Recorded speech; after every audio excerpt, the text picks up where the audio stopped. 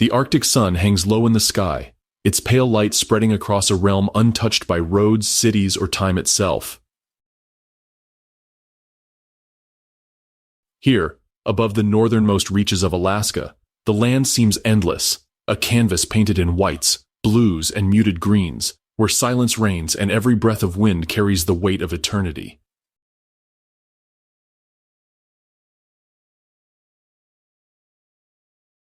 Jagged peaks spear the heavens, their crowns forever dusted with snow.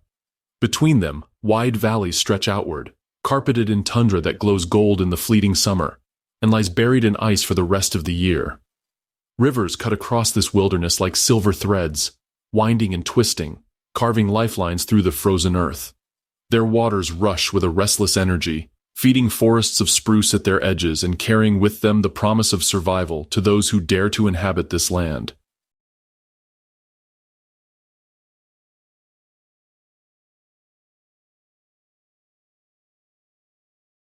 But make no mistake, this beauty is unforgiving. Winters here swallow the world in darkness, plunging the landscape into months of silence when the sun itself vanishes below the horizon. Temperatures plummet, winds scream across the ridges, and snow drifts rise like barricades against life. Survival is not granted here. It is fought for with every heartbeat. Yet, in this seeming desolation, life not only endures, it thrives.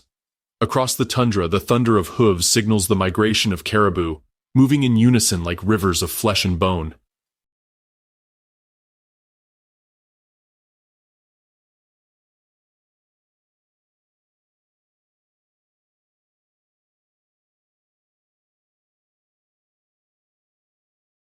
In their shadow stalk wolves, relentless hunters bound by loyalty and hunger.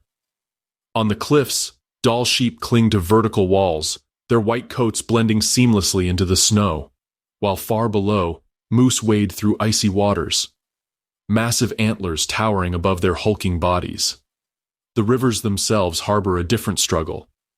Salmon fight their way upstream, battling currents and leaping against waterfalls in a final act of defiance, while eagles circle above, their sharp eyes locked onto the weak and the weary. On the tundra, musk oxen gather in tight formations, ancient warriors of the Ice Age, lowering their heads to meet the charge of predators with walls of horn and fur. And still, this is only the beginning. For every creature here, every heartbeat is measured against the brutal arithmetic of the Arctic. Eat or be eaten, endure or perish. Few places remain on Earth where nature dictates the law without compromise, where humans are mere visitors to a kingdom that predates them and will outlast them. This is one such place, vast, raw, and untamed. This is Gates of the Arctic.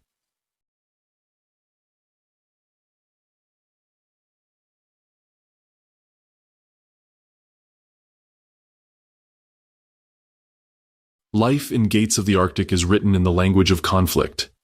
Here, every step across the tundra, every ripple on the river carries a single question: who eats and who is eaten? On a windswept plain, a great herd of caribou moves steadily northward. Their hooves drum a steady rhythm against the earth, 1,000 bodies surging together, muscle and bone bound by instinct older than memory. Calves stumble to keep pace with their mothers, learning the ancient paths etched into this land. But shadowing them, patient and tireless, are the wolves. From a ridge, a pack watches. Their golden eyes glint in the fading light, their bodies lean and honed for endurance. They do not rush the herd. They wait, reading the movement, seeking weakness. For the wolf, survival is not about brute strength but strategy, testing the edges, probing for the calf that lags, the old bull slowed by age, the stumble that spells the difference between life and death. The moment comes suddenly. A calf strays too far, its legs trembling from exhaustion. The wolves erupt, streaming down the slope like arrows loosed from a bow.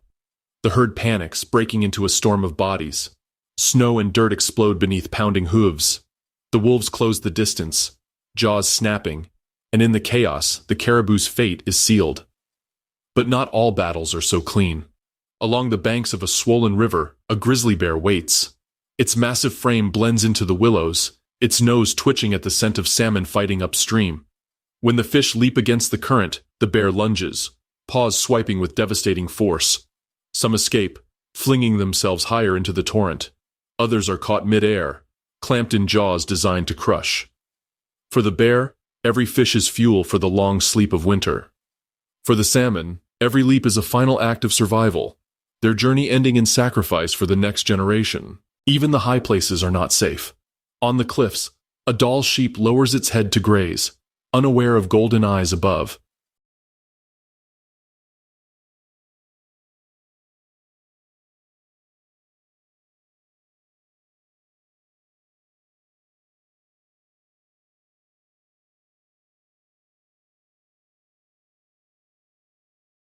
An eagle, wings spread wide, dives with breathtaking speed, talons extended like daggers.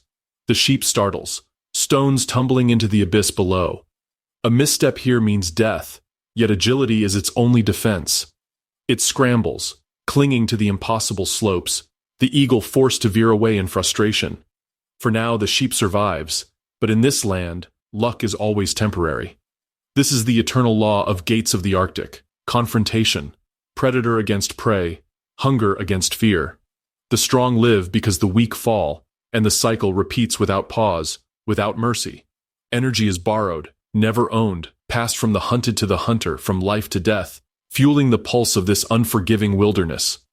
Here, survival is not guaranteed, it is earned, one desperate heartbeat at a time. Stretching across nearly 8.4 million acres, the park is larger than many countries, yet almost untouched by human hands.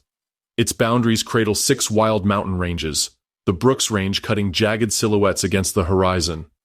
Valleys sweep wide and open, carved by ice and time. Rivers snake endlessly through the tundra, braiding into silver threads that glisten beneath the Arctic sun, their waters feeding forests, marshes, and the great northern plain.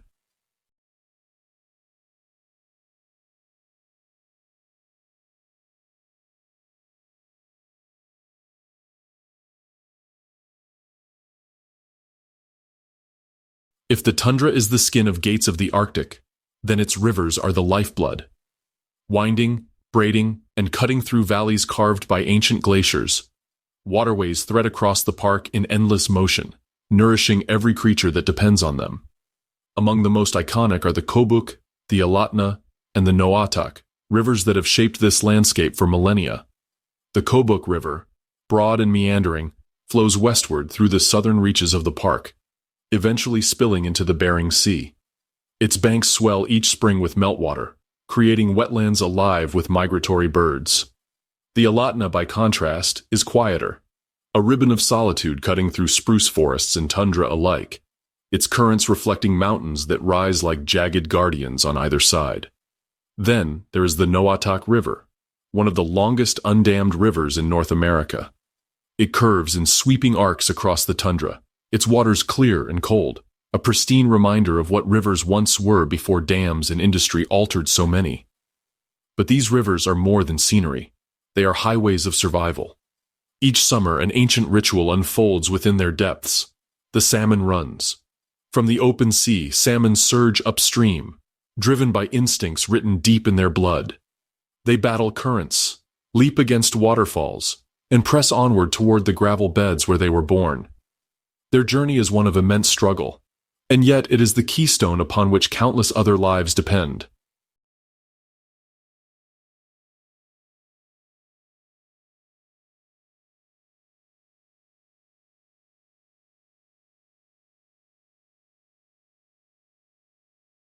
Along the riverbanks, grizzly bears emerge from the shadows, their coats wet with spray as they wade into the shallows.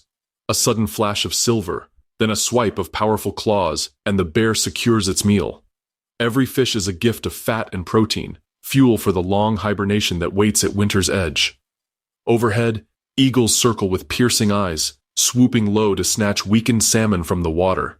Even wolves, though less skilled at fishing, sometimes gather near the runs, scavenging leftovers from bear kills. For foxes, gulls, and even the tiniest scavenging insects, the salmon's death is life renewed. The drama is not only in the hunt but in the sacrifice. For the salmon, this upstream battle is their final journey. They spawn, release their future into the gravel beds, and then perish. Their bodies, carried downstream or left along the shores, return nutrients to the very soil, feeding plants that in turn nourish herbivores.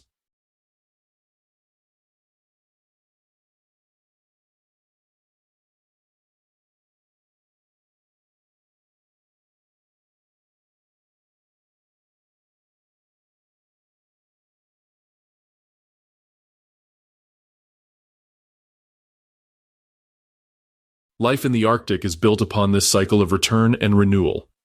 Not all river dwellers migrate, however.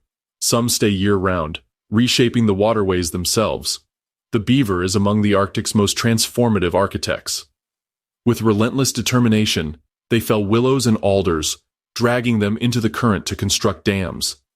These barriers slow the rushing water, creating ponds and wetlands that host waterfowl, amphibians, and fish nurseries. In winter, beavers retreat into lodges, fortresses of mud and wood insulated against the cold, where they feed on cached branches until the thaw returns. Where the tundra begins to soften, and scattered shrubs give way to clusters of spruce and willow, the boreal forest edge rises like a living frontier.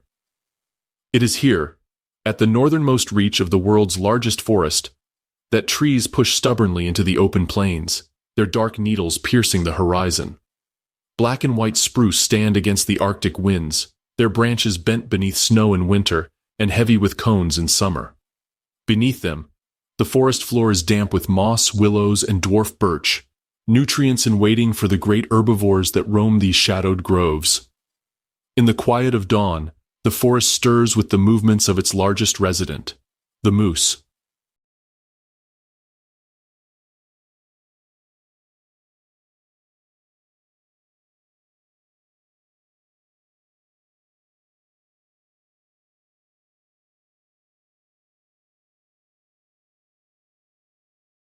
Towering more than 2 meters at the shoulder and crowned with antlers that spread wider than a man is tall, the moose is a monarch of the boreal edge. Slow and deliberate, it moves between thickets of willow, stripping branches with jaws built for browsing. In summer, it wades into ponds and river shallows, plunging its great head beneath the water to feast on aquatic plants. Despite its massive size, the moose lives in constant tension. Its bulk is both armor and burden, making every step through snow a test of endurance. For calves, the dangers are immediate. In spring, when mothers lead their young into the forest shelter, predators stir nearby. Among the shadows moves the most elusive of hunters, the Canada lynx. Cloaked in soft gray fur and tufted ears,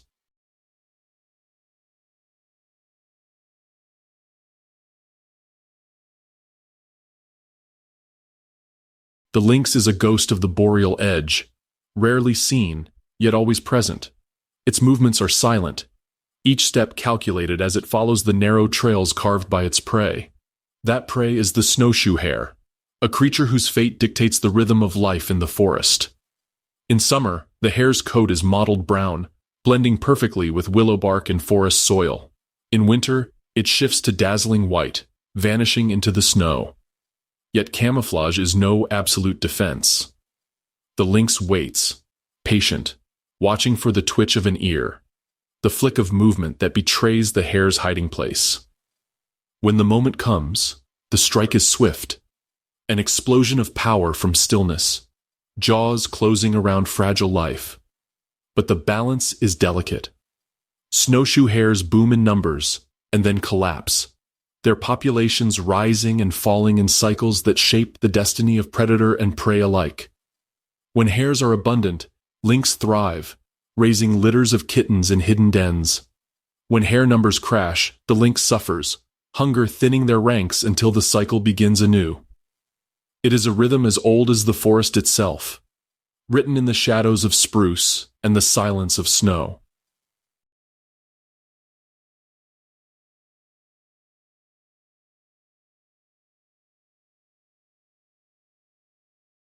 The boreal forest edge is a meeting ground where life from both tundra and forest mingles, collides, and survives. Up here, in the very crown of the continent, time itself seems to bend and warp under the will of the Arctic sky. The gates of the Arctic is not a place of ordinary seasons. It does not know gentle springs, mild summers, or cozy winters. Instead, life is divided into extremes: blinding, endless light, and suffocating, endless dark. For half the year, the sun refuses to set, circling low on the horizon and casting a golden glow that never fades. Shadows stretch forever but never vanish, and the tundra shimmers with a ghostly brilliance at midnight. For the other half, the sun disappears altogether, leaving the land submerged in a darkness so absolute that even the stars struggle to pierce it.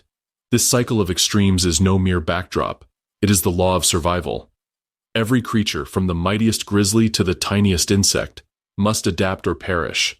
When the sun reigns supreme, animals launch into a desperate frenzy of activity. Moose and caribou feast endlessly, cramming calories into their bodies while plants still sprout green. Salmon surge upriver in their final fatal migration, providing banquets for bears, wolves, and eagles. Birds arrive in a cacophony, filling the air with songs of breeding and nesting, each note a declaration of urgency. There is no time to waste. Even the smallest flowers bloom in record speed, rising from frozen ground, flowering, and seeding in the space of mere weeks. In the Arctic, summer is not leisure. It is a race against an unforgiving clock, and then, the pendulum swings. As the sun dips below the horizon and refuses to return, the world is plunged into eternal night. Temperatures plummet, rivers freeze solid. The land transforms into a barren kingdom of snow and silence. For some, survival means retreat. Birds flee south, leaving empty nests behind. Caribou migrate across hundreds of miles, chasing lichen under snowdrifts. Wolves follow them like shadows. Others must endure.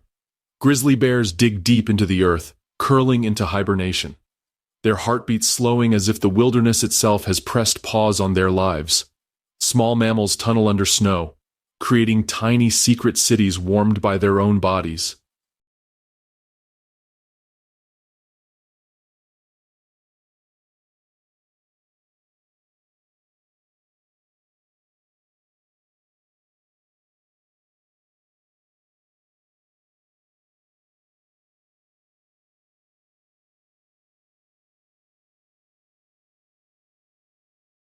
The lynx prowls silently in the pale glow of the moon, relying on its thick coat and sharp reflexes to find prey in the darkness.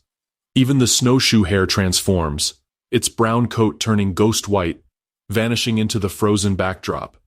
Camouflage is survival, and invisibility is the closest thing to safety. But survival in the gates of the Arctic is never guaranteed. A late freeze can starve a moose calf. A weak salmon run can leave a grizzly thin and vulnerable. A snowstorm in spring can bury nests before chicks hatch. Here, the turning of seasons is not predictable. It is a gamble. And yet, this gamble sustains life in ways unimaginable elsewhere. The endless light births an explosion of activity, and the endless dark tests every adaptation nature has devised. Together, they form the rhythm of existence in the gates of the Arctic. Here, life is not measured in days or months, but in cycles of brilliance and shadow. And those who endure, those who bend without breaking, carry forward the ancient eternal dance of survival. They come like shadows rolling over the tundra.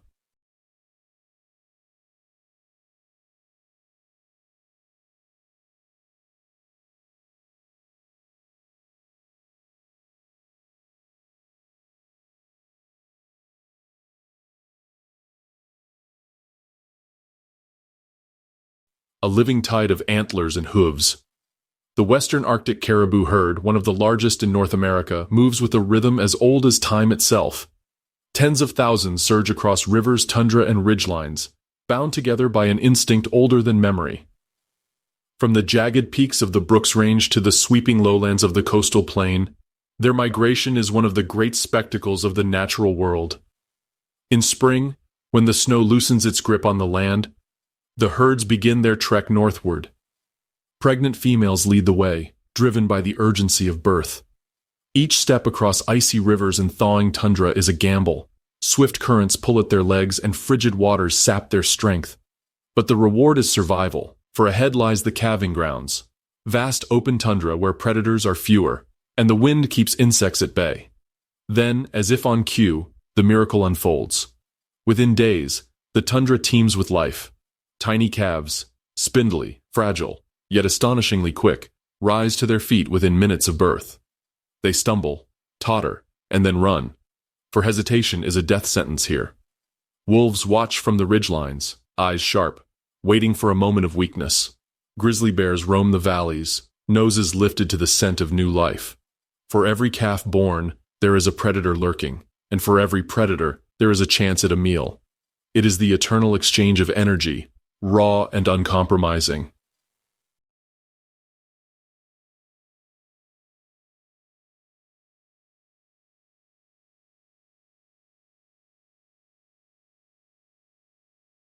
The migration doesn't stop.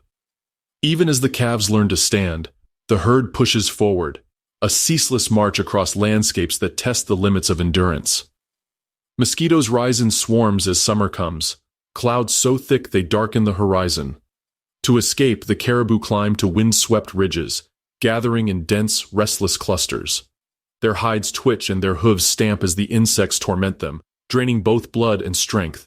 Yet the herd moves on, driven by the magnetic pull of distant feeding grounds. In autumn, the tundra glows gold and crimson, and the caribou once more retrace their steps southward.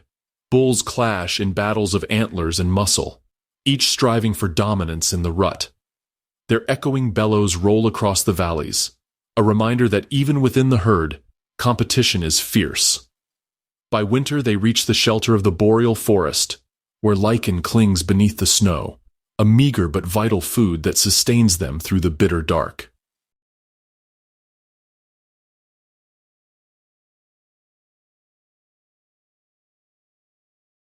The caribou are more than just wanderers. They are architects of the land, shaping the tundra with their passage, feeding wolves and bears, carrying nutrients across ecosystems. Indigenous peoples have followed them for millennia, their lives intertwined with the great migrations. In every antler shed, every hoofprint pressed into the mud, lies a story of survival, resilience, and continuity. And so the caribou march on, season after season, year after year. Through storm and sun, across rivers and plains, their movement defines the heartbeat of the Arctic. This is the Great Migration of the North.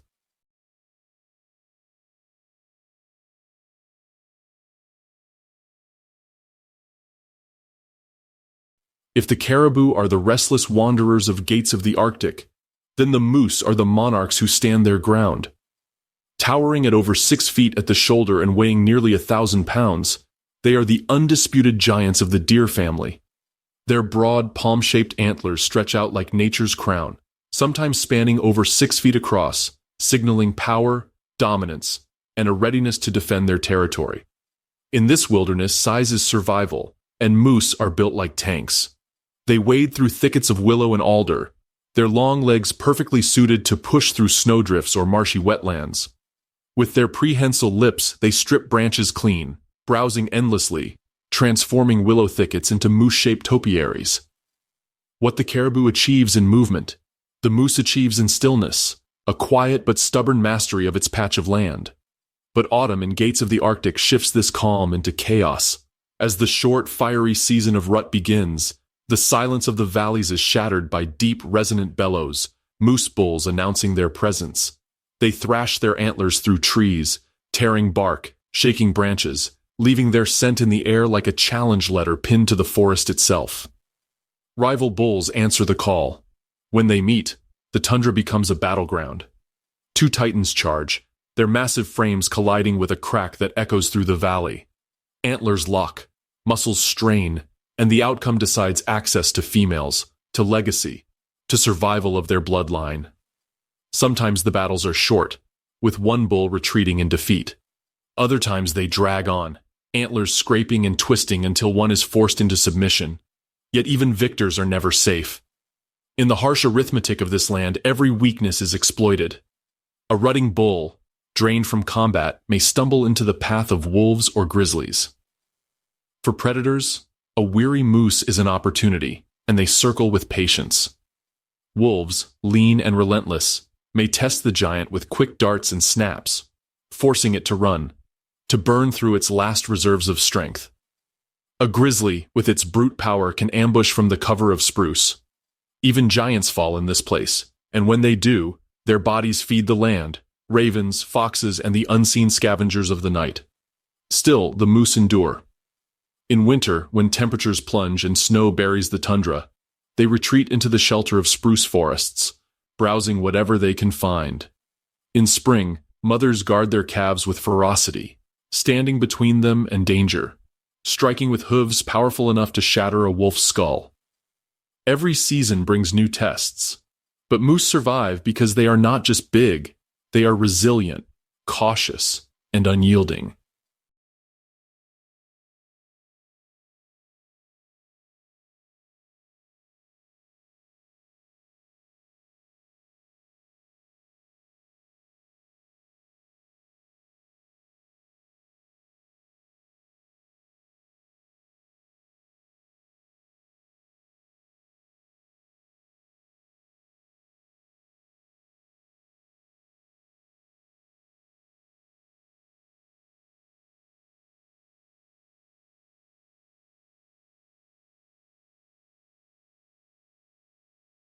From a distance, they look like something torn straight out of the Ice Age, shaggy, hulking, draped in coats so heavy they seem sculpted from winter itself. These are the musk oxen, the ancient beasts that have walked this Arctic land since mammoths still roamed the earth. In Gates of the Arctic, they are the guardians of time, living proof that survival can span thousands of frozen centuries. Their coats are more than just fur. They are armor against the coldest winters on the planet. Beneath that long outer wool, called guard hairs, lies an underlayer so soft and insulating that it has a name whispered with reverence: kivyut. 8 times warmer than sheep's wool and lighter than air, it allows musk oxen to endure blizzards where even steel seems to shiver. As the winds howl across the tundra, they stand steady, unflinching, with snow piling on their backs until they resemble boulders rather than beasts. But their survival is not only a story of insulation, it is also a story of unity. When predators appear, wolves on the hunt, eyes gleaming in the pale light, the musk oxen enact a defense perfected over millennia. The herd forms a circle, calves tucked safely in the center, adults facing outward with horns lowered.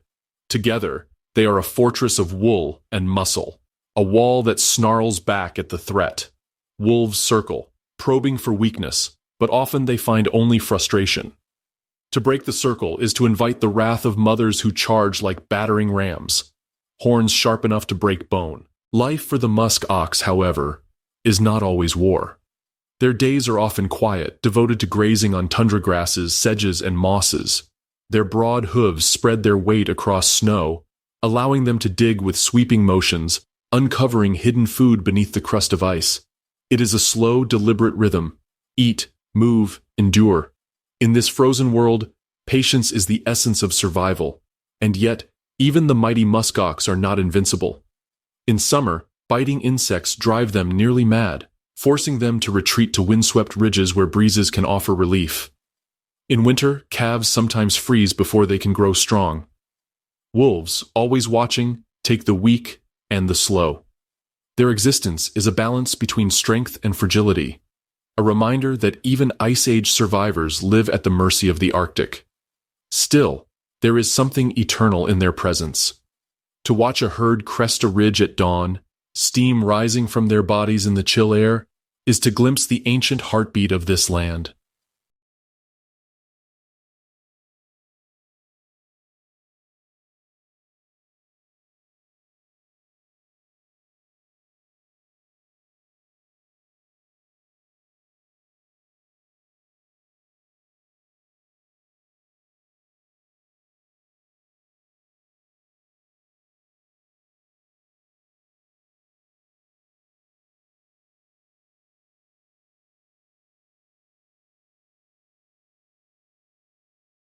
High above the tundra and forest, where the mountains of Gates of the Arctic cut into the clouds, a different kind of life clings to survival. Here, on sheer cliffs and rocky crags, dwell the Dall sheep, ghostly white figures moving against the gray stone. They are perfectly built for this vertical world, their nimble hooves gripping tiny ledges where no predator dares to follow. To live here is to gamble with gravity every single day. Yet for these sheep, the risk is worth the reward. The cliffs provide refuge. Wolves may chase caribou across valleys. Bears may dig for ground squirrels in the tundra. But few predators are bold enough to test their luck on a knife-edge slope. Eagles might circle above, hoping for a misstep from a lamb. But the adults hold their ground, moving with a calm confidence that seems almost supernatural. They know the rules of this high domain and they play them well. Yet even in this sanctuary, life is not easy. Winters are brutal. The wind scours the slopes, blasting snow across the rocks. The sheep dig through drifts to reach lichens and hardy alpine plants that cling to life here. To be a Dall sheep is to endure hunger, cold, and the constant threat of slipping into the void. But hardship shapes resilience, and it also shapes spectacle. When autumn rolls around, the rams begin their battles for dominance. Their curling horns, massive and heavy, are more than just ornaments. They are weapons. Two rams will face each other, dig in their hooves, and charge headlong with a thunderous crack as horn meets horn. The sound echoes down the valley, like a drumbeat of the mountains themselves. Again and again they clash, sometimes up to 20 times in a single contest, until one yields. The winner earns the right to breed, passing his strength and endurance into the next generation. To watch these battles is to see raw survival distilled into ritual. It is not about killing, it is about proving. The horns tell the story of age and struggle, each curl and ridge a record of years spent in this unforgiving land. The rams carry their history on their heads, and the mountains echo it back to them in every clash. For the ewes and lambs, life is quieter but no less demanding. They move carefully along the ridgelines, teaching the young where to step, how to balance, how to sense danger on the wind. The lambs grow fast, but every misstep could be fatal. In the first few weeks of life, survival hangs on tiny hooves and sharp instincts. The Dall sheep are not just survivors, they are symbols of purity and endurance. Their snow-white coats blend into the peaks, making them creatures of stone and sky.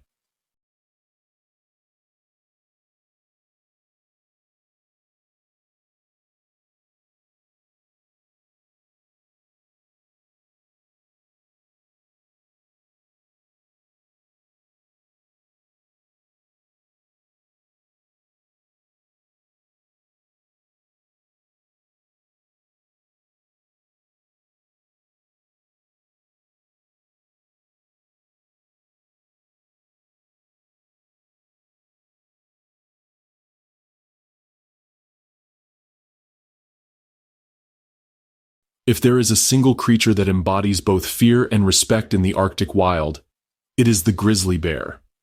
Enormous, powerful, and endlessly resourceful, grizzlies are the masters of survival in a land that offers both feast and famine.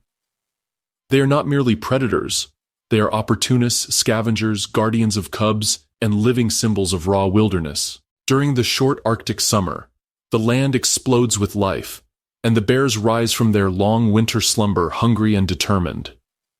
With noses 1,000 times more sensitive than ours, they detect food miles away.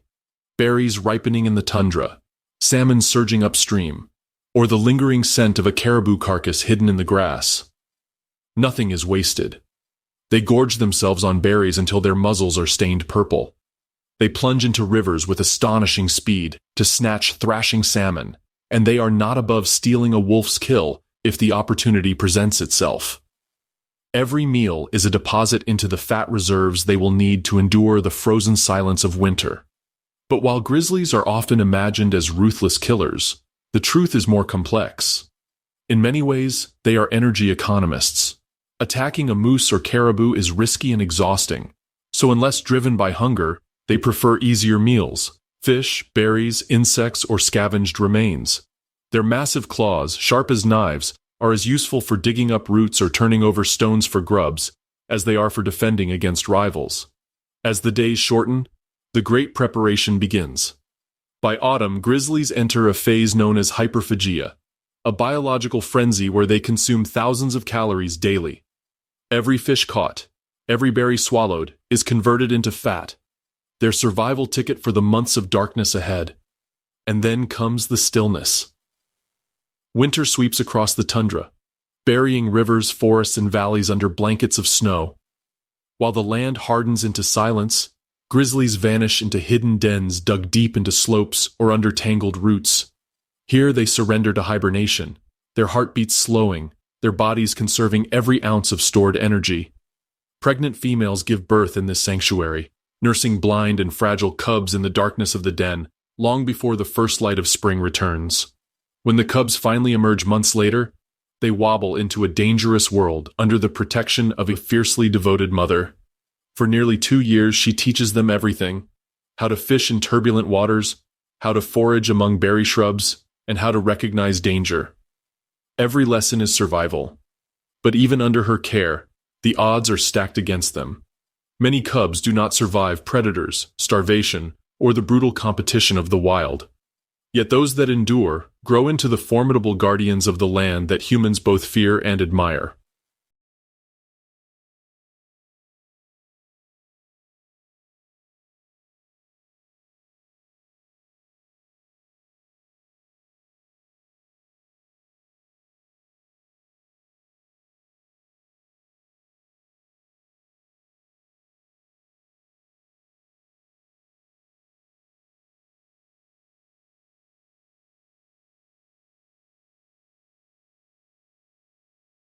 In the silent expanse of the Arctic, few creatures embody both mystery and mastery like the wolf.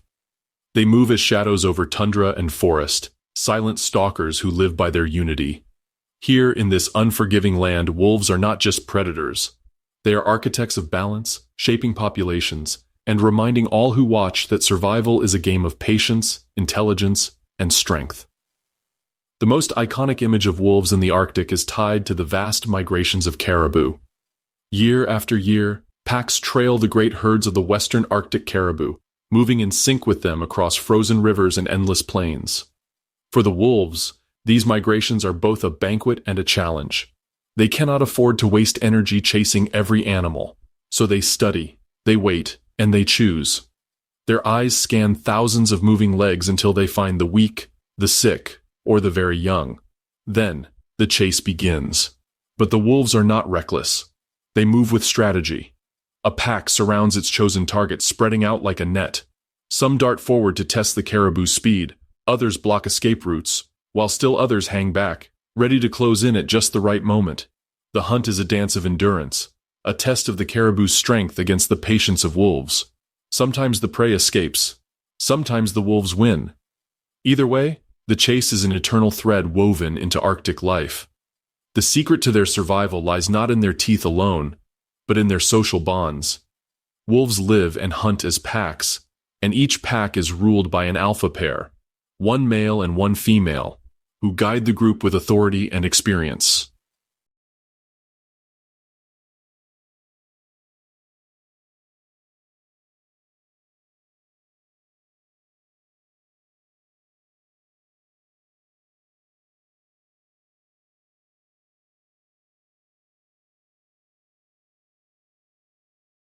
Unlike the myths of constant dominance battles, wolf packs often operate like families.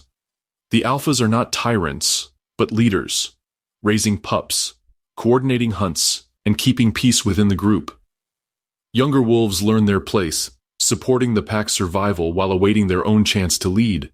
Pups are born in dens dug into hillsides or riverbanks, their tiny cries breaking the Arctic silence in spring. For weeks, the entire pack revolves around them.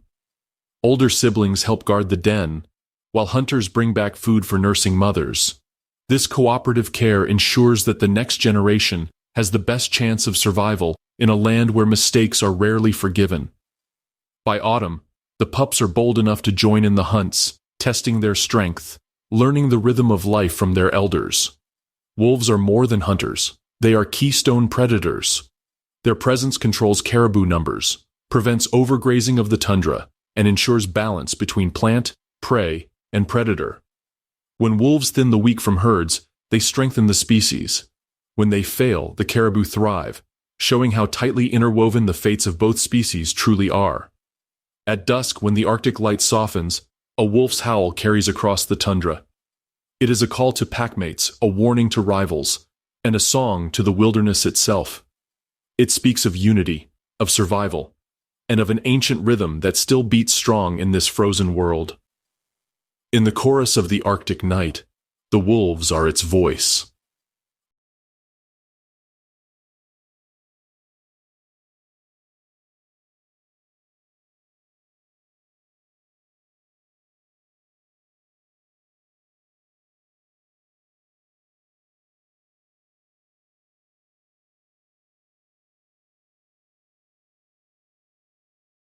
In the hushed stillness of the boreal forest, where snow muffles every sound and shadows weave between spruce and birch, lives a phantom few ever see: the Canada lynx.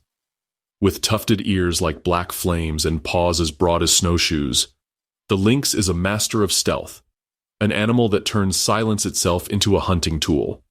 The lynx is a medium-sized wildcat, but don't let that fool you. It's perfectly engineered for survival in the Arctic's forest edge. Its oversized paws act like built-in snowshoes, allowing it to walk atop deep snow where heavier predators sink. Its fur, thick and frosted, blends seamlessly with the pale landscape, making it vanish like smoke when it moves. With sharp eyesight and hearing, the lynx can detect the faintest rustle beneath the snow. But what truly defines this cat is its age-old relationship with one species: the snowshoe hare. If the Arctic had a fable of predator and prey locked in eternal dance, the lynx and hare would be the main characters. The hare's populations rise and fall in a 10-year cycle, and the lynx's numbers echo them almost perfectly. When hares are plentiful, lynx thrive, litters are larger, survival rates are higher, and the cats are bold. When hare populations crash, the lynx face famine, their litters dwindle, and some disperse in search of new hunting grounds. This cycle shapes not only the lynx but the forest itself. The snowshoe hare is a voracious browser, stripping young trees and shrubs. When hare numbers swell, they transform the forest undergrowth. When they decline, vegetation rebounds, creating a pulsing rhythm in the boreal world. The lynx, riding these waves of abundance and scarcity, is both predator and participant in the heartbeat of the forest. Despite their reliance on hares, lynx are flexible. They'll take grouse, squirrels, and even young deer if the opportunity presents itself. Yet they are never wasteful hunters. Each kill is precise, swift, and usually delivered with a single powerful bite. Unlike wolves, who hunt in packs, lynx are solitary shadows, preferring to rely on patience rather than brute force. Encounters with humans are rare. A lynx can watch from the trees unseen as you walk past. Photographers can spend weeks tracking signs: paw prints in snow, scratches on tree trunks, tufts of fur caught on bark, without ever catching more than a fleeting glimpse. To see one is to feel as though the forest itself has chosen to reveal a secret. In autumn, the lynx grow even shaggier coats, preparing for the brutal winter.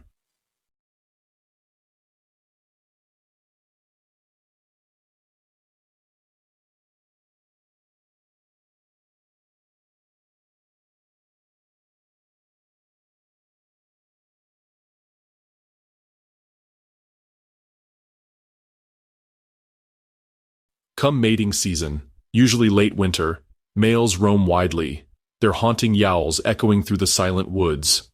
Kittens are born in spring, usually in the shelter of fallen logs or dense thickets.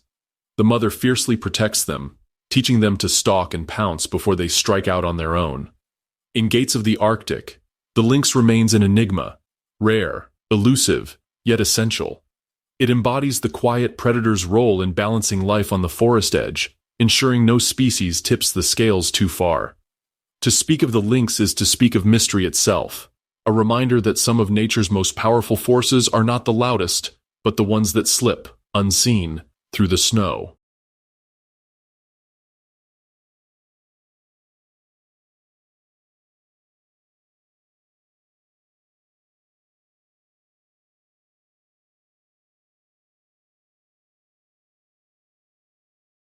Where the tundra meets the forest and the icy winds sweep unchallenged across the land, two cunning survivors patrol the wilderness: the red fox and its smaller, frost-bound cousin, the Arctic fox.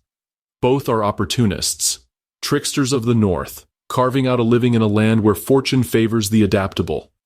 The red fox, with its fiery coat and bushy tail, is a familiar sight across much of the world. But here, in Gates of the Arctic, it has pushed its range to the very edge of survival.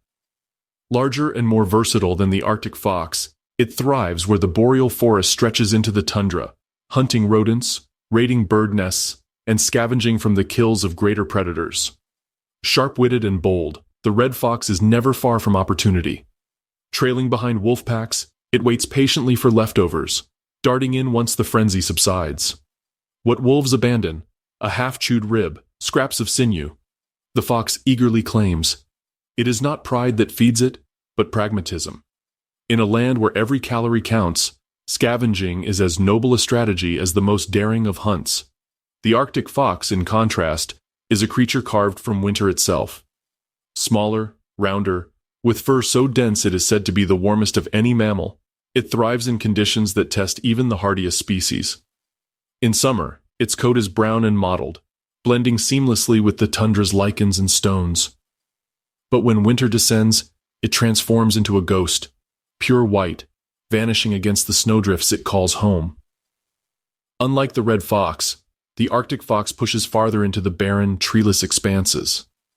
Here it follows the caribou herds, scavenging after wolves, much like its cousin, yet also relying on its own sharp senses to locate lemmings and voles buried beneath the snow.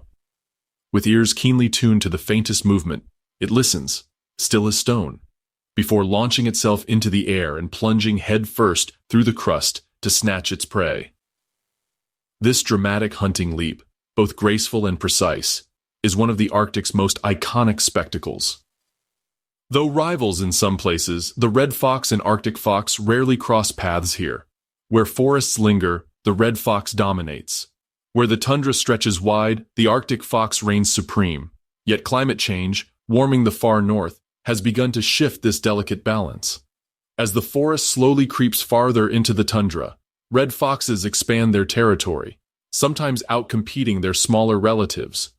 For now, though, both remain, each holding their ground in the niches carved by ice and forest. In spring, fox dens come alive with playful kits. Mothers bring back morsels, ptarmigan chicks, fish, or scraps of carrion, while the young tumble and tussle at the den's mouth. It is a brief season of plenty, a time when survival seems effortless.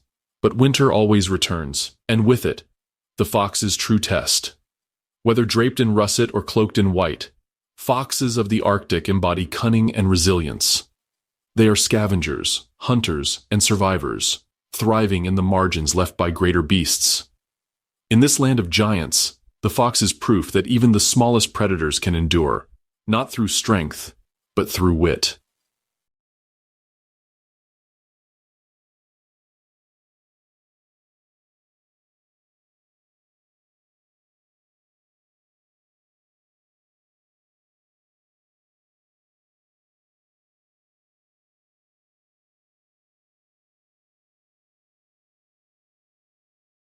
High above the Arctic valleys and windswept cliffs, shadows slice silently across the snow. These are the rulers of the sky, the golden eagles and gerfalcons, predators whose hunting grounds stretch across tundra, mountains, and icy rivers. In a land where survival is unforgiving, these birds embody precision, patience, and power. The golden eagle is a titan of the skies, its wings spanning more than 7 feet, dark feathers glinting against the pale light. When it soars above the ridges, smaller animals scatter instinctively. Nothing escapes its eyes. From hundreds of feet in the air, an eagle can spot the twitch of a hare's ear or the scurry of a marmot on the rocks. It waits, suspended in silence, before folding its wings and diving at nearly 150 miles per hour, a living arrow of muscle and talon. One strike is often all it takes. A snowshoe hare or young caribou calf rarely has a chance against the grip of those powerful claws. But it is not alone in ruling the skies. The gerfalcon, the largest falcon in the world, is a ghost of the north. Sleek, fast, and relentless, it is built for high-speed pursuit. Unlike the eagle, which relies on strength and surprise, the gerfalcon thrives on endurance and speed. With rapid wing beats, it chases ptarmigan across the tundra, twisting and diving in an aerial duel that can last for minutes. The falcon's flight is a test of stamina, And when it wins, the result is swift and brutal. Their presence is more than spectacle. It is balanced.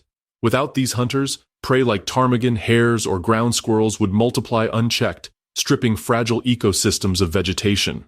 Every successful hunt, every chase, every fallen prey keeps the Arctic in equilibrium. The sky, as much as the land, dictates the survival of the tundra. Nests are built high on cliffs, rocky outcrops, or even abandoned raven platforms. Here, golden eagles and gyrfalcons raise their young against the relentless winds. The chicks, hungry and demanding, depend on their parents' daily hunts. A brood of eaglets may consume several pounds of meat each day, a heavy burden in a land where food is never guaranteed. Parents often risk dangerous hunts to provide, knowing that failure could mean the death of their young.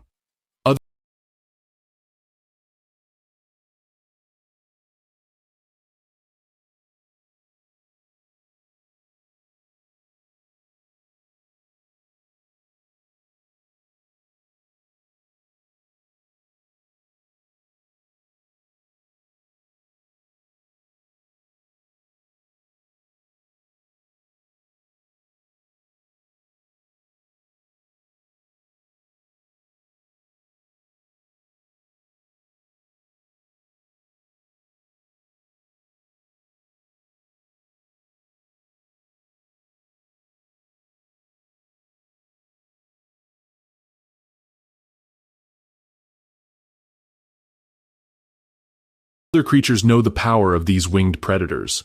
Foxes slink closer to nesting sites, hoping to steal eggs or fledglings. Ravens mob the great birds in the air, attempting to drive them from their territories. Yet the eagle and the falcon endure as they have for centuries, locked in the eternal cycle of hunter and hunted.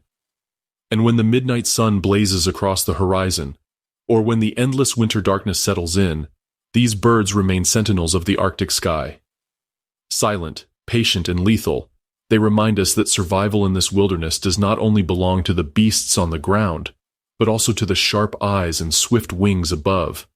If there's one animal that truly embodies the drama of survival in the Arctic, it's the snowshoe hare. At first glance, it looks like just another rabbit with oversized feet and twitching whiskers. But this little creature is one of the most important players in the northern wilderness, quietly shaping the destinies of predators and forests alike. The snowshoe hare is best known for its iconic boom and bust population cycles. Roughly every 10 years, their numbers explode across the boreal forest and tundra edges. The ground seems alive with bounding white forms in winter and brown streaks in summer. They eat voraciously, stripping willows, birch, and other shrubs, and in their abundance, they sustain a host of predators. Then, as if by some invisible switch, the population collapses. The forest quiets. Predators grow lean, and the cycle begins again. These rises and falls ripple through the food web, making the hare not just another herbivore, but a keystone species of the Arctic ecosystem. Seasonality is written all over the snowshoe hare's body. Its oversized hind feet act like natural snowshoes, spreading weight so it can run atop deep drifts with astonishing speed. In the blink of an eye, it can leap several meters, zigzagging through brush to evade predators. But its most remarkable adaptation is its coat. In summer, the hare's fur is a warm brown, blending seamlessly with leaf litter and undergrowth. As winter approaches, it molts into a dazzling white cloak, a disguise against the snow. Yet climate change is complicating this strategy. When the snow arrives late or melts early, hares stand out like glowing targets, their camouflage mismatched to the landscape. For many, this mistiming can be fatal. Predators rely heavily on the hare. Lynx in particular are bound to its fate. When hares are plentiful, lynx numbers soar. Litters are larger, survival rates higher.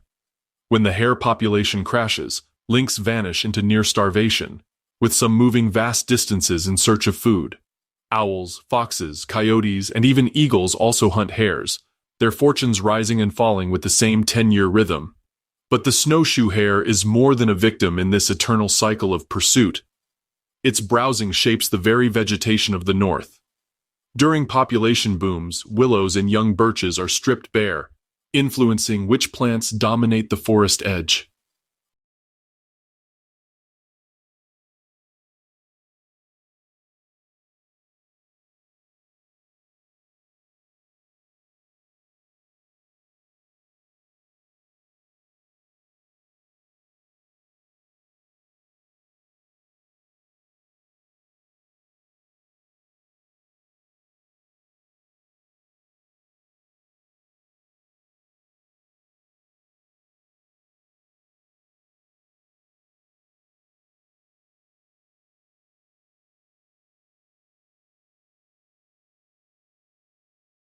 In this way, the hare helps sculpt the Arctic landscape, altering habitats that in turn affect other species. Life for a hare is brief and perilous. Few live beyond a year, and nearly every creature around seems to want them for dinner. Yet through sheer numbers, speed and camouflage, they endure. Each spring, as new generations bound into the world, they fuel once again the heartbeat of the Arctic food chain. The snowshoe hare may not roar like a bear or soar like an eagle, but in the silent drama of survival, it is the pulse of the boreal edge. In its rise and fall, it carries the fate of predators, plants, and the balance of the Arctic wilderness itself. Beneath the snow, where the Arctic winds cannot reach, life carries on in miniature. Here, in a hidden world of tunnels and burrows, the lemmings and their rodent kin scurry endlessly, tiny architects of survival. To the casual eye, they might seem insignificant, just fist-sized bundles of fur, but in truth, they are the beating heart of the Arctic food web. Lemmings are perhaps the most famous of the tundra's small mammals, notorious in folklore for their supposed mass suicides, a myth created by old films and misunderstandings. In reality, lemmings are far too busy surviving to stage such tragic spectacles. Their lives revolve around one constant cycle: eat, breed, and avoid being eaten, and they breed with astonishing speed. A single female lemming can produce several litters in one summer, each with multiple pups. When conditions are right, populations explode, carpeting the tundra with a tide of tiny bodies. These population booms are no small matter. When lemmings thrive, so does everything else. Snowy owls raise larger broods, stoats grow fat and bold, foxes find easy pickings, and even wolves benefit indirectly. Conversely, when the lemming numbers crash, as they inevitably do every few years, predators starve, move on, or are forced to take greater risks hunting larger prey. The humble lemming, by its very existence, orchestrates a grand symphony of survival across the north. But life is no easier underground. Winter forces these rodents into the subnivean zone, the hidden layer between snow and soil, where they gnaw at roots, grasses, and mosses. Their tunnels become highways of survival, crisscrossing under the white world above. Here, lemmings and voles escape the brutal cold and the piercing talons of hawks and owls. Yet even in this hidden sanctuary, danger lurks. The keen noses of foxes sniff out their burrows, and weasels, long, sinuous, and merciless, slip inside their snowy corridors like assassins. Rodents in the Arctic are more than just lemmings. Voles scurry through the forest's edge, gnawing bark and roots, while ground squirrels dig deep hibernation chambers in alpine meadows. The Arctic ground squirrel, in fact, holds a remarkable record. It allows its body temperature to drop below freezing during hibernation, effectively becoming the coldest-blooded mammal alive. For months it remains in suspended animation, a tiny miracle of endurance. From the snowy owl's haunting cries to the quick shadow of a hunting stoat, all these dramas trace back to the rodents. They are the foundation stone of Arctic life, the invisible fuel that powers the great predators above. Without them, the tundra would fall silent, stripped of its heartbeat.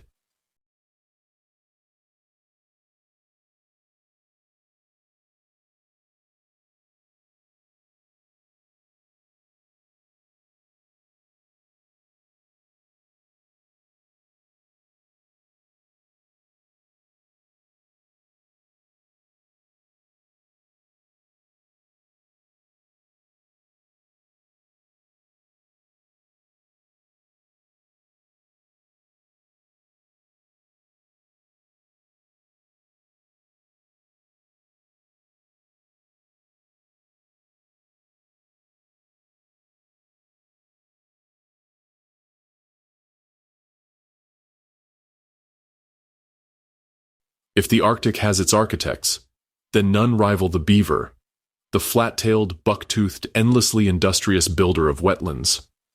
Where most animals adapt to the landscape, the beaver dares to reshape it. Give them a trickle of water, some nearby willow or birch, and soon you'll find a masterpiece of engineering rising from the shallows. A dam, sturdy and deliberate, turning a stream into a pond. Each stick is carefully chosen, chewed and fitted. Mud is plastered like mortar, and the current itself is tamed.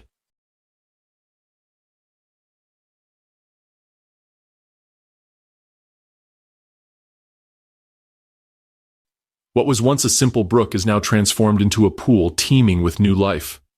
Frogs croak in the shallows, ducks paddle across the ripples, and fish, once stranded in shrinking summer streams, suddenly have a refuge. But the beaver's most remarkable feat isn't just the dam.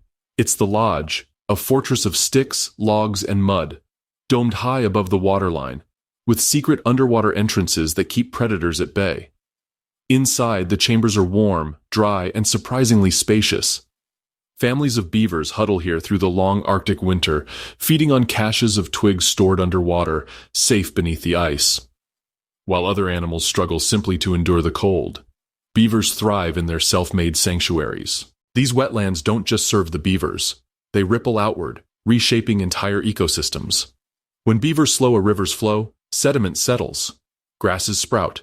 Shallow pools attract insects, which bring swarms of hungry birds. Moose wade in to browse aquatic plants. Even predators benefit. Wolves and foxes patrol the pond edges, knowing prey will gather here. The beaver, unknowingly, becomes a keystone species, its work sustaining life far beyond its lodge. In winter, when the tundra seems frozen and lifeless, the beaver's ponds are still alive beneath the ice. Oxygen circulates in the slowed waters, keeping fish alive. Otters dive under the frozen surface, slipping past the very dams that created this haven. Life clings on because the beavers built the stage for it to survive. But being a wetland engineer comes with danger. Wolves may prowl the snowy banks, waiting for a careless step. Bears in spring may claw at a lodge, testing its strength. Yet the beaver's defenses, water, wood, and wit, usually hold strong. Their strategy isn't speed or strength, but patience and construction.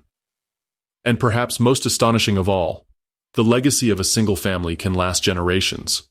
Long after a lodge has been abandoned, the pond remains, slowly filling with silt, becoming a meadow, then a forest. The beaver's touch lingers in the land, carving out new habitats in a cycle that stretches for decades. In the grand narrative of the Arctic, the beaver isn't the largest, nor the most feared. It doesn't soar, stalk, or stampede. Yet few creatures wield such quiet influence. With teeth and tenacity, the beaver turns water into sanctuary, shaping wilderness not with roar or claw, but with design.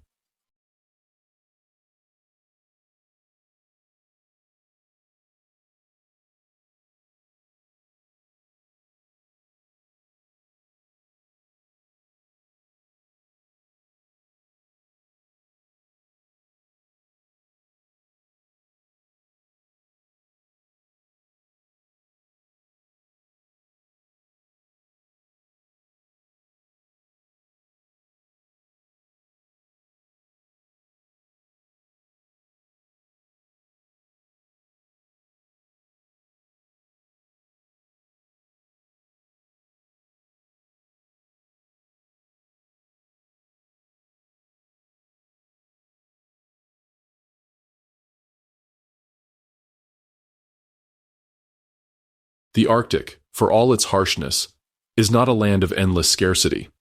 Each summer, as the snow melts and rivers roar with new life, the tundra transforms into a global nursery. For a brief window of warmth and abundance, millions of migratory birds arrive from every corner of the world, drawn to the Arctic like pilgrims seeking sanctuary. From South America, Africa, Asia, and beyond, birds embark on staggering journeys that boggle the imagination. Tiny sandpipers, no bigger than a fist, can fly thousands of miles nonstop, wings beating tirelessly across oceans and storms. Arctic terns, famed voyagers of the animal kingdom, make the longest migration of all, traveling from pole to pole, chasing eternal summer across the globe. When they arrive, their voices fill the skies in a chorus that declares, "Life has returned to the tundra." The flat, open landscapes of the Arctic are perfect for nesting. With few trees to hide in, birds scrape shallow depressions in the ground, line them with feathers or moss, and lay precious eggs on the tundra floor. Here, predators are plenty, foxes, jaegers, and gulls all searching for an easy meal. But the birds gamble on timing. In summer, Food is everywhere. Insects swarm the air in clouds, filling the mouths of hungry chicks. Fresh shoots of sedges and grasses spread green across the plains. For a few frantic months, the Arctic becomes a land of feast. Geese arrive in armies, their honking calls echoing across wetlands and rivers. Snow geese, brant, and Canada geese crowd the marshes, grazing on grasses and bulrushes. Shorebirds like plovers and dunlins scurry along riverbanks, their chicks quick to leave the nest and forage for themselves. Above, the elegant long-tailed Jaeger patrols, stealing meals from other birds in aerial dogfights.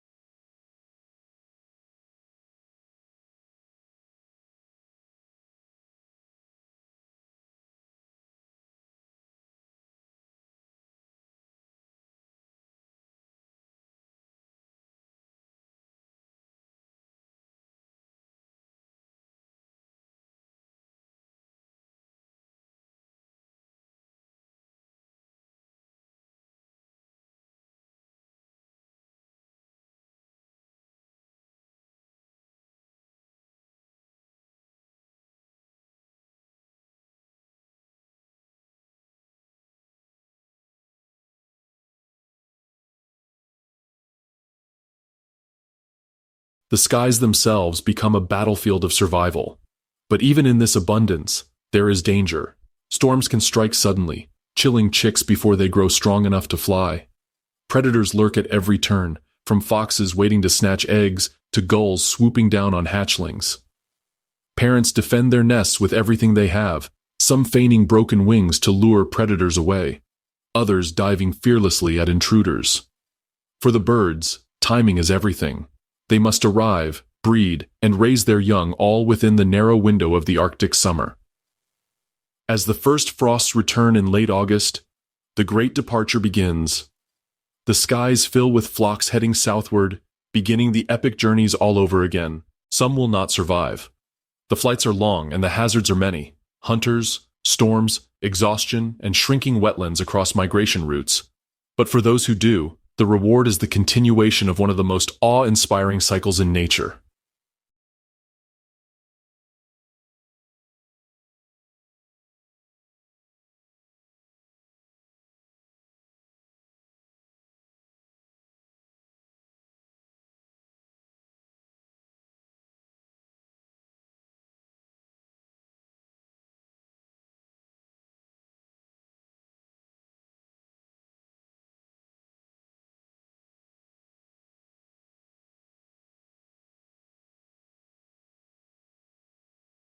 The Arctic may seem like an unlikely nursery, but for millions of birds, it is the heartbeat of life itself. The Arctic is not just the realm of bears and wolves. It is also a crossroads of the world, where creatures from every continent gather, if only for a fleeting season, to ensure the survival of their kind. At dawn, the Arctic wetlands awaken, not with the silence of snow, but with music. The calls of loons ripple across glassy lakes like echoes from another world. Trumpeter swans rise from the reeds, their enormous wings beating slow, deliberate rhythms that sound almost like drums against the morning mist. Ducks scatter in nervous bursts, while geese stretch their necks, honking in chorus as though rehearsing for their long journey south. The wetlands of the north may look fragile, but for these birds, they are sanctuaries of life, nurseries cradled in the cold. The loon, with its haunting cry, has long been called the voice of the wilderness. Blackhead, daggerbill, and eyes like burning coals, it slips beneath the water with the grace of a phantom. Below the surface, it hunts with perfect precision, chasing fish through liquid shadows. To the loon, these pristine lakes are both home and hunting ground. Mated pairs return to the same waters year after year, fiercely defending their territory from intruders. A loon's call is not just a sound, it is a claim, a declaration that this stretch of water belongs to them and to their young. Nearby, swans gather in family groups, the largest of the wetland waterfowl. Their elegance hides their strength. A trumpeter swan's wingspan can stretch more than 2 meters, and once airborne, they seem unstoppable. Yet swans are devoted parents, and their bond with their cygnets is tender. Fluffy gray young trail behind their parents, vulnerable and slow, while the adults keep constant watch for predators. The Arctic may be rich with food during summer, but it is also rich with danger. Eagles circle above. Foxes slink along the shoreline. Even a snapping pike lurking in the shallows can threaten a duckling or gosling. For every new life hatched, a gauntlet must be run. Ducks, too, thrive in these wetlands, though their lives are often shorter and harsher. Mallards, scaups, pintails. Each species brings its own splash of color and habit. Many nest on the edges of ponds or hidden in grass, where their camouflage protects them from wandering eyes. But camouflage is never perfect. Ravens scour the reeds for unattended eggs. Mink and otters patrol the edges of water, swift and relentless. In the Arctic, raising young is not a gentle act. It is a battle fought daily. And yet, despite the threats, life explodes here with overwhelming abundance. The sheer number of waterfowl that return each year to breed is staggering. The Arctic wetlands become alive with wings, calls, splashes, and movement. These birds come because nowhere else offers such bounty. Long hours of daylight, insect swarms thick enough to feed thousands, and lakes untouched by human noise. For a brief, shining season, the wetlands become a paradise. But paradise never lasts. As the days shorten, the first whispers of winter stir across the land. Waterfowl feel it before the ice appears. One by one they gather in flocks, preparing for the long flights south. Loons depart silently. Swans rise in majestic groups, their calls echoing farewell. Ducks take off in clouds, darting and weaving like smoke in the sky. The wetlands fall quiet once more, holding their silence until the next summer sun returns to awaken them. In the Arctic, not every creature that dominates the landscape is large or fearsome. Some claim the skies with cunning, others fill the tundra with fleeting beauty. Among them are 2 very different voices, the ravens, the tricksters and scavengers of the north, and the smaller songbirds, warblers, sparrows, and finches, whose brief season of music defines the Arctic summer. The raven has long held a special place in Arctic myth and ecology. With sleek black feathers, an intelligent eye, and a croaking voice that seems to echo through the frozen valleys, the raven is far more than just a scavenger. Indigenous legends across the Arctic often describe the raven as a creator, a trickster, and a bringer of light. But in practical terms, ravens are master opportunists. They follow wolves, polar bears, and hunters, waiting for the remains of a kill. They are bold enough to snatch scraps of meat from carcasses and clever enough to lead predators toward wounded animals, a behavior that has been documented by biologists observing wolf packs. The raven's intelligence is not just folklore. Scientists have recorded ravens solving puzzles, caching food for later, and even mimicking the calls of other animals. In a land where resources are scarce, cunning is as valuable as strength, and ravens have evolved to become survivalists of the highest order. If ravens represent the dark, mischievous wisdom of the Arctic, then the small migratory songbirds are its fleeting bursts of joy. Each spring, as the snow begins to melt and the tundra softens, millions of tiny birds arrive from every corner of the world. Warblers from Central America, sparrows from temperate forests, and buntings from faraway prairies all converge on the Arctic. Why? Because here, in this short window of endless daylight, food is abundant. The brief insect explosion that comes with thawed wetlands provides enough protein to raise broods quickly before the cold returns. Warblers flit among dwarf willows and birches, their high-pitched trills weaving through the crisp air. Lapland longspurs and snow buntings scatter across the tundra, their songs carrying in the open spaces. To a visitor, The Arctic might seem silent and barren in winter, but in summer, the tundra becomes a vast outdoor concert hall. Each call and trill is part of an ancient rhythm, territories being claimed, mates being wooed, and life being hurriedly sustained before the curtain of winter falls once again. Survival here requires its own set of adaptations. Many songbirds change plumage with the season, donning brighter feathers in summer to attract mates and molting into subtler tones for migration. They time their nesting with remarkable precision, ensuring that their chicks hatch just as the insect swarms peak.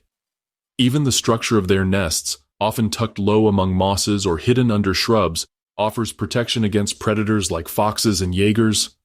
The contrast between raven and songbird highlights the duality of Arctic life, the eternal scavenger and the ephemeral singer.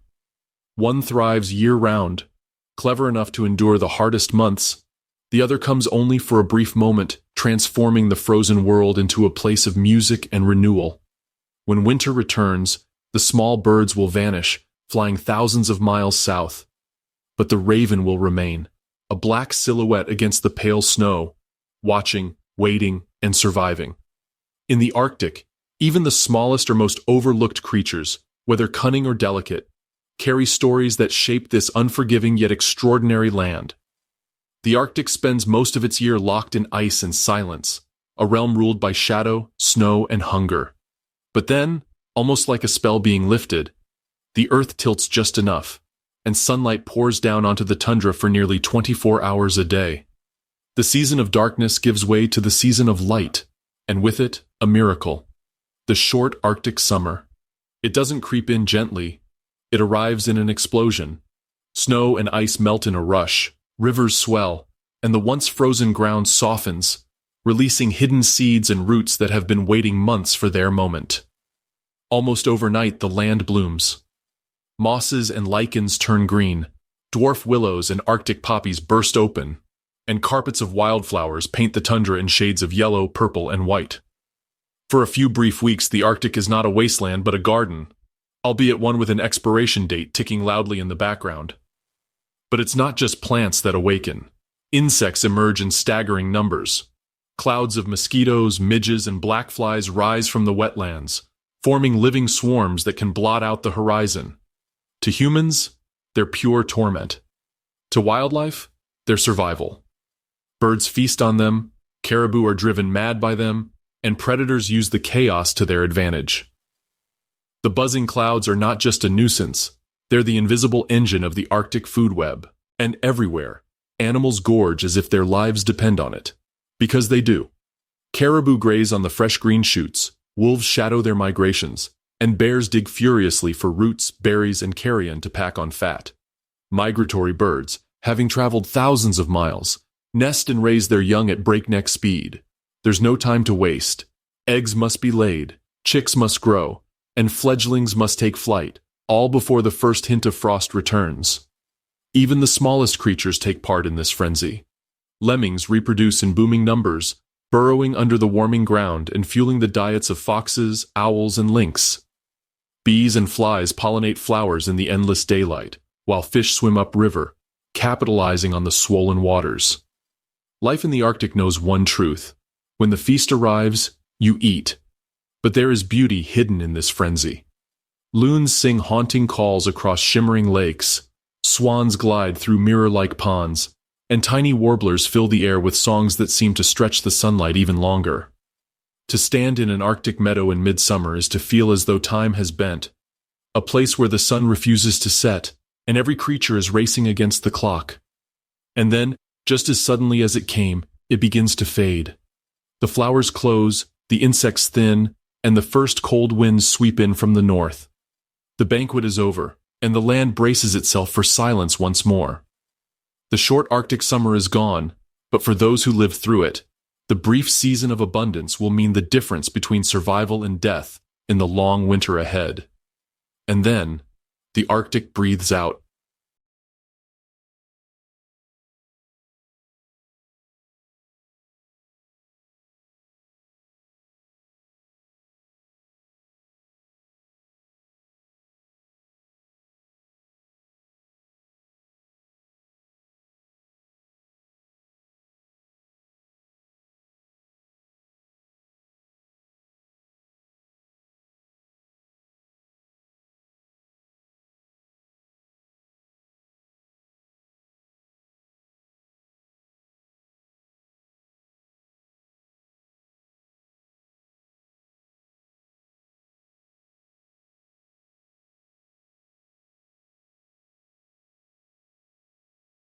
The short, frantic summer with its endless sunlight collapses into memory, and the land tips once again into winter.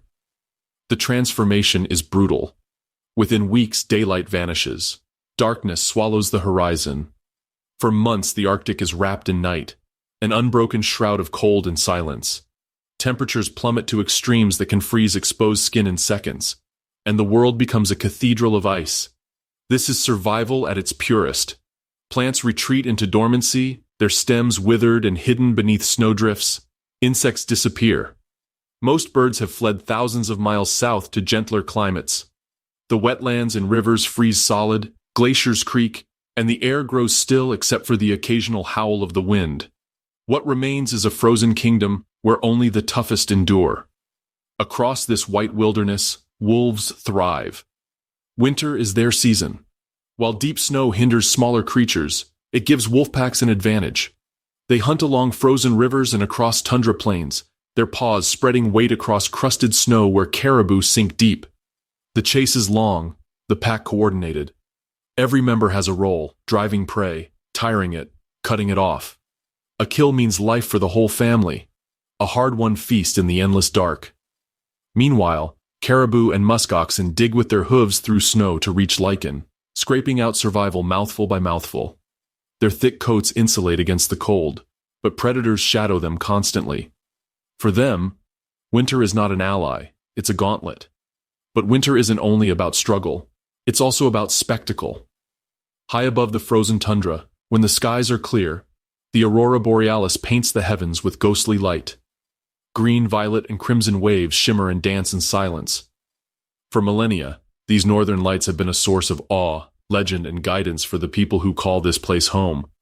To the animals, it is simply a shifting sky. But to us, it's a reminder of the beauty that thrives even in the harshest conditions. Life continues in small, hidden ways. Arctic foxes, wrapped in their pure white coats, slip across the snow, scavenging wolf kills or hunting lemmings under the drifts. Snowy owls perch silently, listening for the faintest sound of movement beneath the ice crust. Polar bears, unless in hibernation or pregnant dens, continue their lonely patrols along frozen seas, waiting for the return of seals. Even tiny lemmings persist, tunneling beneath the snow in secret networks, feeding on roots and seeds, unseen but essential. The silence of the Arctic winter is deceptive. Beneath it, survival plays out in 1,000 quiet dramas. Every heartbeat, every step, every scrape in the snow is a battle against extinction. And yet, the cycle will turn again. The sun will rise after months of absence, first as a dim glow on the horizon, then as a blazing return. Shadows will shorten.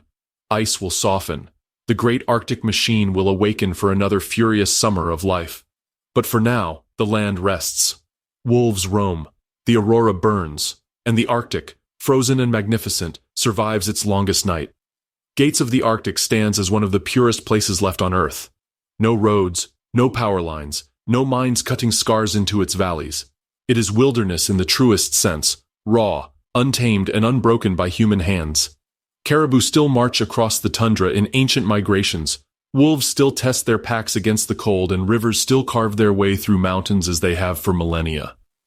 Here time feels slower, untouched by the hurried pulse of human civilization. But even this sanctuary is not beyond our reach. Climate change creeps across the Arctic like an invisible predator. The permafrost, ground that has been frozen for tens of thousands of years, is thawing, releasing greenhouse gases that accelerate warming even further. Caribou migrations shift with changing seasons, while melting ice alters rivers and wetlands that birds, fish, and beavers depend on. Beyond the park's borders, oil exploration and industrial expansion threaten to fracture the ecosystems that spill across invisible boundaries. Wilderness does not obey maps, and neither do the animals that rely on it. This is the contrast that defines the Arctic, one of the least disturbed landscapes left, yet one of the most vulnerable. The fate of this place rests not only with those who walk its valleys, but with humanity as a whole. The Arctic is more than a wilderness. It is a mirror, reflecting back the choices we make as stewards of the earth. To keep it wild is to protect a piece of our own soul. And that's life in the Arctic, wild, raw, and breathtaking. What do you think? Let us know in the comments, and if you enjoyed this journey, don't miss our dive into the untamed wilds of Antarctica next.